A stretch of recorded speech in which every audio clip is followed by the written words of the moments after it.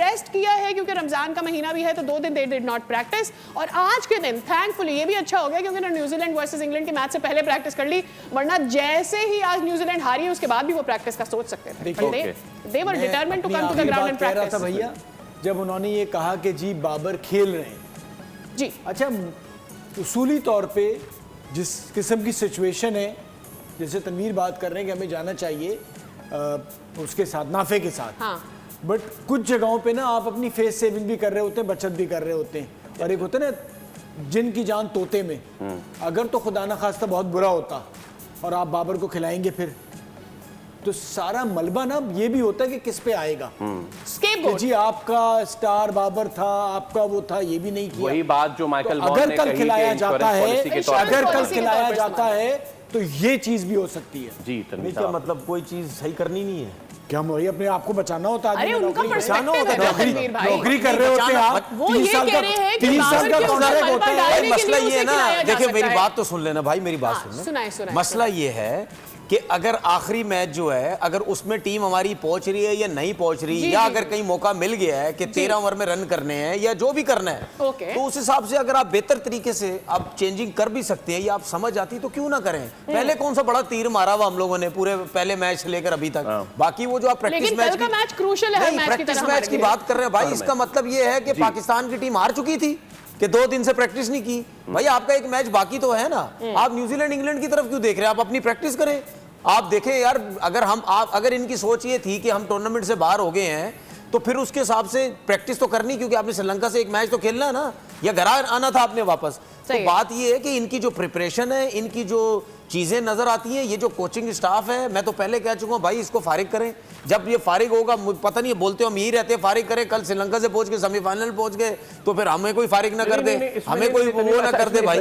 फारिग वो नहीं होता। इसमें एक चीज क्या मतलब यार, जैसन गिलेस्पी को और गैरी क्रिस्टन को फारिग नहीं किया इन्होंने? नहीं, वो खुद छोड़ गए, फारिग नहीं किया, दिल चले गए। एक मिनट ना, सुन ले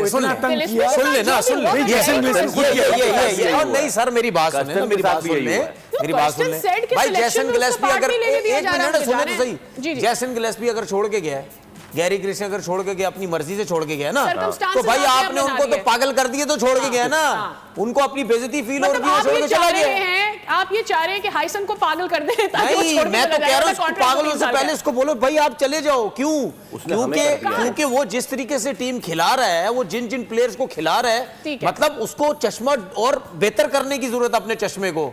उसको नजर नहीं आ रहा, साइम अयूब कुछ नहीं कर रहा, खिलाई जा रहा है। आपकी टीम क्या है, इब्रार को बाहर बिठा देता है, कभी फखर को खिलाता है, कभी बाहर बिठाए।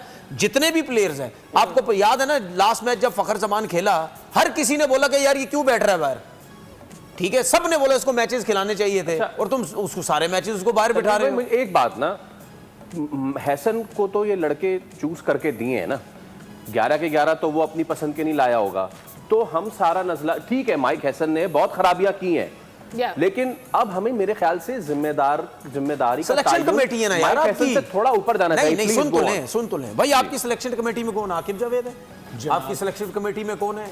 ये अलीम डार है। और कौन है सिलेक्शन कमेटी में? वो कोई वो है असद शफीक, वो कंप्यूटर एनालिस्ट भी है, कौन है पता नहीं, असद शफीक, डेटा एनालिस्ट होता था जमाने में। ठीक है, अब मेरी बात सुने ना, ये जितने भी हैं, क्या इन्होंने, मैं अलीम डार को तो मैं लाता ही नहीं ना सिलेक्शन कमेटी में, वो तो मैं उनके है ही अगेंस्ट कि भाई एक अंपायर को आपने क्यों सिलेक्शन कमेटी में लेके आगे, वो तो उनका तो कोई काम ही कोई नहीं है। लेकिन जो बाकी है वो क्रिकेट खेलने में क्या उनको समझ नहीं है?